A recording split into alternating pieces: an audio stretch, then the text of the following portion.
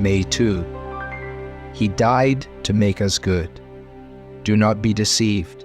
Neither the sexually immoral, nor idolaters, nor adulterers, nor men who practice homosexuality, nor thieves, nor the greedy, nor drunkards, nor revilers, nor swindlers will inherit the kingdom of God.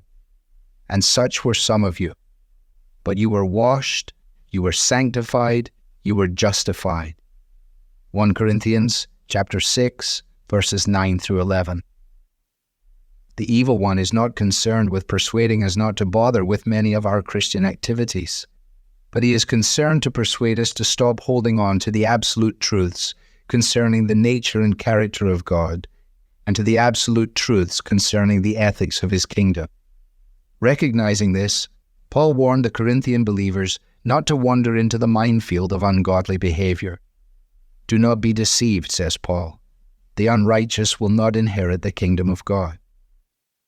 Paul describes some of the areas of wickedness that had become socially acceptable in Corinth. The city was a bustling commercial center, a hodgepodge of races, creeds, and languages. As a culture, though, it was rootless and rough. In fact, the place was so badly debauched that Corinth became a byword for immorality itself. So what did Paul do? He ventured into this city with a strategy. He was occupied with the word, testifying to the Jews that the Christ was Jesus. His objective was not to enact legislation, but to begin proclamation.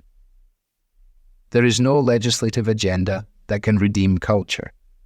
Instead, there is a message sent from God to redeem men and women, and it is simply this: Jesus Christ and Him crucified. The gospel is God's agenda for our world. He uses the power and conviction of His word to speak into people's lives and bring about radical change. Paul didn't buy into elaborate rhetoric. He had that one message, and he kept saying it again and again. He knew that only Christ's atoning death on the cross makes it possible for men and women to be set free from their besetting sins, so that they might walk in newness of life. It is perilous and unnecessary to remain wicked. The gospel message sounds forth as loudly and effectively today as it did in the streets of Corinth, and it cuts through the deception of the world's relativism and of the tendency to think that laws alone can change hearts or produce faith. The great need of our lives, of our cities, and of our nations is for sinners to be saved. Do not be deceived into thinking that sin does not matter. Do not be deceived into thinking that your society most needs something other than the news of the kingdom of God. We must confess the message of the crucified Messiah. He died that we might be forgiven. He died to make us good, that we might go at last to heaven, saved by His precious blood. Devotional material is taken from the Truth for Life Daily Devotionals, copyright Alistair Begg, published by the Good Book Company.